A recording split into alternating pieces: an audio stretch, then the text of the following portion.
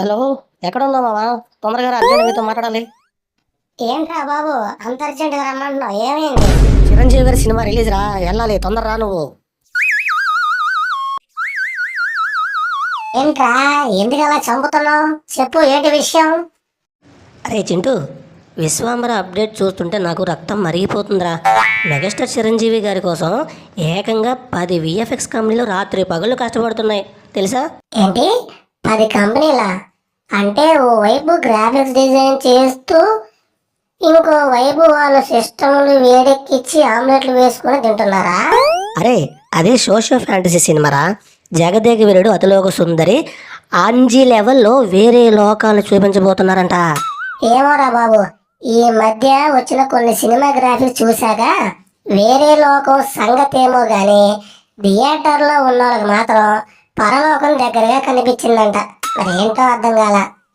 నోర్మస్ కూడా యాదవ, ఇది మన వశిష్ఠ మార్గు విజువల్ వండర్. ఇందులో చిరంజీవి గారు చేసే ఫైట్స్ చూస్తే మైండ్ బ్లాక్ అయిపోవలసిందే. అంతా సరే గాని విలన్ని గాల్లో ఎగరేసి కొడతారా లేకపోతే గ్రాఫిక్స్ వాడతారా? లేక చిరంజీవి గారి ఒక్క డైలాగ్కే విలన్లు గ్రాఫిక్స్ లోనే మేఘాల్లో పడిపోతారా? వెళ్ళి వశిష్ఠని అడగరా. అదంతా సరే కానీ కీరవాణి గారు మ్యూజిక్ ఇస్తున్నారు తెలుసా నీకు ఈ సినిమాకి?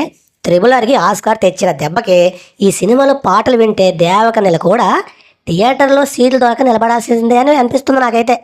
దేవకన్యల సంగతి ఏమో గానీ థియేటర్ ఓనర్లు మాత్రం బాబు కీరవాణి గారు మీ బ్యాక్గ్రౌండ్ మ్యూజిక్ దెబ్బకి మా థియేటర్లో స్పీకర్లు పేలిపోతున్నాయి, కాస్త తగ్గించండి అని దండం పెడుతున్నారంట.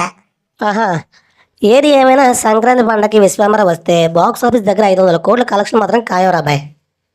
500 కోట్ల?